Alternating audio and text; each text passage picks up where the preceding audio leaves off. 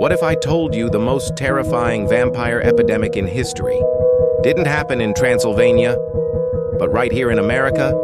In the foggy hills of New England, families dug up their dead, burned their hearts, and drank the ashes, all because they believed they were being hunted by vampires. This isn't a movie. This is the New England vampire panic.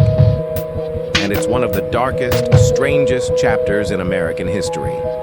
It's the late 1800s, small rural towns, cold winters, tight-knit communities, and something is spreading, a wasting illness.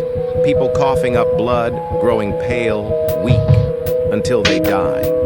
Today, we know it as tuberculosis, but back then they called it consumption, because it looked like something was consuming the victim from the inside.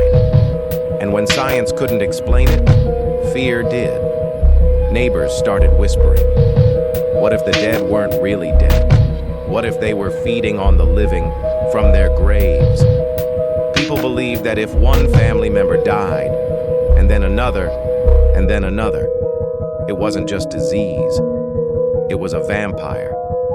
Not the fanged, cloaked Dracula type. These vampires were your mother, your sister, your son, still dead, but somehow still draining the life from you. So what did they do?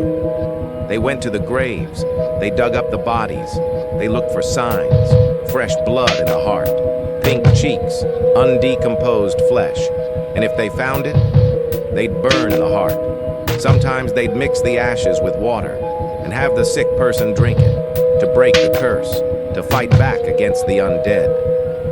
Nowhere did this terror reach a more infamous peak than in Exeter, Rhode Island, in 1892. That's where a 19-year-old girl named Mercy Brown had just died. Her mother had died. Her sister had died. And now her brother Edwin was sick, coughing, wasting away. The town was panicking. They were sure someone from the grave was feeding on him. They demanded the family graves be exhumed. The mother and sister were bones. But Mercy was still intact. Her heart had blood. Her body hadn't decayed. To them, that was proof.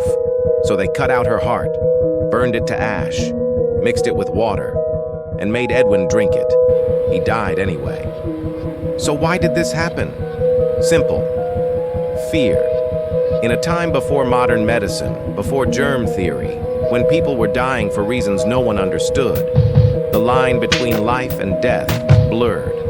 And when death came too often, the dead became the enemy. Over 30 documented cases of these vampire rituals happened across New England, Connecticut, Rhode Island, Vermont. The last known case, Mercy Brown. Her story even made its way to Europe and may have even inspired Bram Stoker's Dracula. So next time you hear about vampires, don't just think castles and coffins. Think cold New England nights, fresh graves, and neighbors watching the dead, just in case they decide to get back up. Like and subscribe for weekly scary stories of real-life past events.